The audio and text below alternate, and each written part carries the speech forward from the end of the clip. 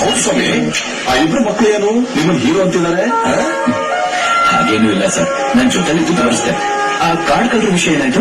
ನಿನ್ನೆ ರಾತ್ರಿ ಒಳಗೆ ಹಾಕ್ಬಿಟ್ವಿ. ತಮಿಳುನಾಡು ಪೊಲೀಸ್ನವರು ಟ್ರೈನ್ ಲಿಸ್ಟ್ ಇದ್ದಾರೆ. ಹೌದಾ? ಅವನ ಸ್ವಾಮಿ ಮಾಡ್ಬಿಟ್ರು. ರಿಪೋರ್ಟ್ ಬರೆದ ರಾತ್ರಿ ನನಗೆಲ್ಲ ಹೇಳಿ. ಏನೇ ಆದ್ರೂ ಯಾರು ತಗೊಳ್ಳದೇ ಇರೋ ರಿಸ್ಕ್ ತಗೊಂಡು ನಮ್ಮ ಡಿಪಾರ್ಟ್ಮೆಂಟೇ ತಲೆ ಎತ್ತಿ ನಿಂತ್ಕೊಳ್ಳೋ ತರ ಮಾಡ್ಬಿಟ್ರು ಸ್ವಾಮಿ. ಇದೆಲ್ಲ ರಿಸ್ಕ್ ಸ್ವಾಮಿ. ಮನಸಾರ ಯಾರಾದ್ರೂ ಸಹಾಯ ಕೇಳಿದಾಗ ನಮ್ ಕೈ ಆಗೋ ಹಾಕಿದ್ದಾಗ ನಾವು ಅದನ್ನ ಮಾಡದೇ ಹೋದ್ರೆ ನಾವ್ ಇದೇನ್ ಪ್ರಯೋಜನ? ಸ್ವಾಮಿ, ನಮ್ ಜೀವನದಲ್ಲಿ ಏನಾಗತ್ತೆ ಏನಾಗಲ್ಲ ಅನ್ನೋದನ್ನ ಯಾರು ಹೇಳೋಕ್ಕಾಗತ್ತೆ? ಮಕ್ಕಳಿಗೆ ದರ್ಶನ ಮಾಡಿಸ್ಬೇಕು ಅನ್ನೋದು ನನ್ನ ಹಣೆಗೆ ಬರ್ದಿದ್ರೆ ನಾನು ಅದನ್ನ ಏನ್ ಮಾಡಕ್ಕಾಗತ್ತೆ? ಈಗ ಈ ಕಾರಣಕ್ಕೆ ನನ್ನ ಸಸ್ಪೆಂಡ್ ಡಿಸ್ಮಿಸ್ ಮಾಡಿದ್ರೆ ನನ್ಗೇನು ಪ್ರಾಬ್ಲಮ್ ಇಲ್ಲ. ಇದು ಯಾಕೋ ತುಂಬಾ ಅನಿಸ್ತಿದೆ. ನೀವು ಯಾರು ಅಂತ ಮಕ್ಕಳು ಕೇಳಿದಾಗ ನೀವು ಪೊಲೀಸರು ಅಂತ ಹೇಳಿದ್ರೆ ಯಾಕೆ ಮುಚ್ಚಿಟ್ರು ಸ್ವಾಮಿ? ತಂದೆಲ್ಲರ ಮಗು ಮನಸ್ಸು ಹೇಗಿರುತ್ತೆ ಅಂತ ನನ್ಗೆ ತುಂಬಾ ಚೆನ್ನಾಗಿ ಗೊತ್ತು ಸ್ವಾಮಿ.